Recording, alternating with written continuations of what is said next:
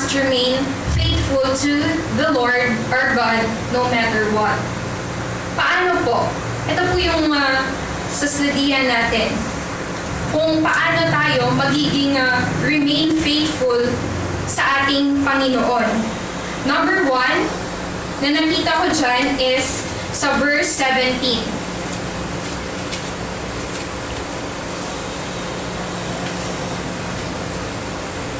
But dear friends, remember what the apostles of our Lord Jesus Christ foretold. So alalahanin natin mga kapatid ko na i-remember lang natin yung mga stories sa Biblia. I-remember lang po natin or i-reminisce yung mga story. Katulad sa verse 5 po dyan na yung dineliver ni Lord, i-delivered ang kanyang mga tao out sa Egypt. Diba, pinadala niya si Moses or kinausap niya si Moses para i-deliver out yung mga slaves sa Ehipto. So, makikita po dyan natin sa storya na yan kung gaano talaga kamahal ng Panginoon ang kanyang mga tao. At makikita din po natin sa istorya din po sa Biblia sa Sodom and Gomorrah. Before po sunugin ng Diyos ang syudad na Sodom and Gomorrah is ano nga? May angel pa na nagbabala or pinagbabala pa na isusunugin yung bayan na yon. So, ang Diyos is always keeping us, reminding us na before siya mag-punish, di ba? Sa Bible times, ganun din po. Ang ginawa niya sa Egypt, no? Na pinag-out niya yung kanyang mga minamahal, di ba? Nagpadala siya ng mga certain na mga tao in order for them na makawala sa mga grabing kamay, no? Sa mga Egyptian. At kung makikita nyo po talaga at mai-imagine nyo kung gaano talaga doon na mga stories is makikita nyo talaga na mismo ang Diyos ay pag-ibig, di ba?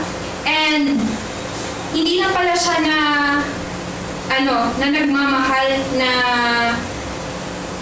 nagmamahal kundi bumibigay din po siya ng effort, di ba? Yung pag-remind sa atin is effort na yun, malaking effort.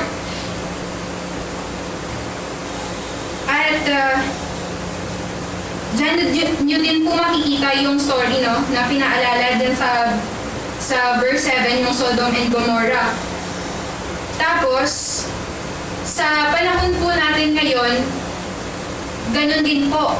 Mismo ang Diyos ay nagpapadala ng mga servants niya, katulad ng pastor, ng mga friends natin, na in order for us to keep our faith alive, pinapa-remember niya pa rin yung pag-ibig niya sa atin. Hindi lang po sa mga pastor or mga kaibigan natin. Kung minsan din po is sa ating mga problema, di ba? Binibigyan tayo ng problema in order for us na malaman yung mga leksyon, di ba? Kung may mga malalaki kayong mga problema, it means ang Diyos ay may binibigay na mga malalaking leksyon or gusto niyang may matutunan ka na malalaking mga leksyon sa iyong mga problema. So, dapat lang nating i-remember talaga yung mga sinulat sa Biblia ng mga apostles, no? Na sinasabi dyan. At at dito din po sinasabi na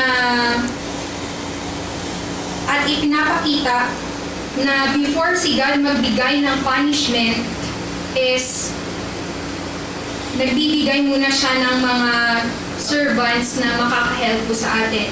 Number 2 po na paano tayo maka-remain faithful sa Kanya is mababasa nyo din po dyan sa verse sa verse 20 po ng Jude. But you, dear friends, build yourselves up in your most holy faith and pray in the Holy Spirit. So yun nga po, dapat nating i-build yung self natin up, or dapat nating i-level up yung sarili natin. Kung ngayon dito po tayo, dapat i-level up pa po natin. Kung anong nagagawa natin dati, na akala natin okay na, pero dapat pa pala nating i-level up. Kasi kung minsan, kung umaasa lang talaga tayo sa ating sarili, sabi natin, kaya ko to, ganito, ganyan. Pero kung kung nandun ka na sa peak, is malilimutan mo na ang Panginoon. Sometimes lang naman po yun, di ba? Pero, kung nandun ka na kung minsan sa itaas, bigla kang magda-down kasi nakalimutan mo ang naglagay sa'yo dyan, ang Panginoon. So, dapat natin i-build sa ating sarili ang ating holy faith, and dapat natin i-exercise din natin yung ating pagka-prayerful, no? At igamitin natin yung Holy Spirit in order for us to build ourselves most. At saka po, dapat kung mga nasa problema tayo or mga dagok sa buhay, katulad sa Jude verse 11 po, dyan nasa saad, na kung minsan is parang sinusundan natin yung life ni Cain. Ano nga yung life ni Cain? Siya yung anak ni sino nga po? Ni Adan and Eva. Sino yung niya? Yung kapatid? Abel. Yung kapatid niya is si Abel. So inano nga ni Cain si Abel? Pinatay niya. So kung minsan, hindi naman tayo pumapatay, pero yung galit na nafe-feel ni Cain is nararanasan natin. So in order for us to build up our faith strongly, dapat tayong mag-pray. Dapat tayong mag-focus sa mga bagay na dapat, kung anong gusto mo, yun yung i-build mo, di ba? Hindi naman pwede na galit ang i-build mo. Pero